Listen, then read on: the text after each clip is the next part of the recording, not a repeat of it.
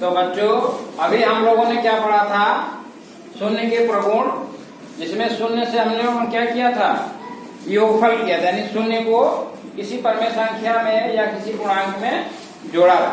अब यहाँ पे दूसरा प्रगुण है शून्य का, किसी परमेय संख्या का शून्य से गुणा। क्या गुणा? किसी परमेय संख्या के शून्य से गुणा। अगर कोई परमेय संख्या है या कोई पूर्णांक है, अगर उसमें हम लोग शून्य से गुणा कर दें तो क्या होगा? जीरो। जीरो। क्या होगा? जीरो। जीरो। किसी पूर्णांक को शून्य से गुणा करने पर गुणनफल शून्य होता है। जैसे -4 है गुणे 0, तो आंसर क्या आएगा आपका? जीरो। या इसी को अगर थोड़ा उल्टा कर दें, 0 में कोई पूर्णांक संख्या से गुणा कर दें तब भी आंसर आपका 0 ही आएगा।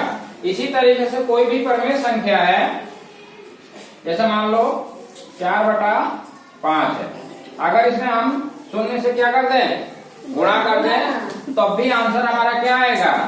शून्य ही आएगा। उसी बात को यहाँ पे परिभाषित के रूप में कहा गया है, किसी परमेय संख्या में शून्य से गुणा अथवा शून्य में वही परमेय संख्या से गुणा करें तो गुणनफल क्या होता है?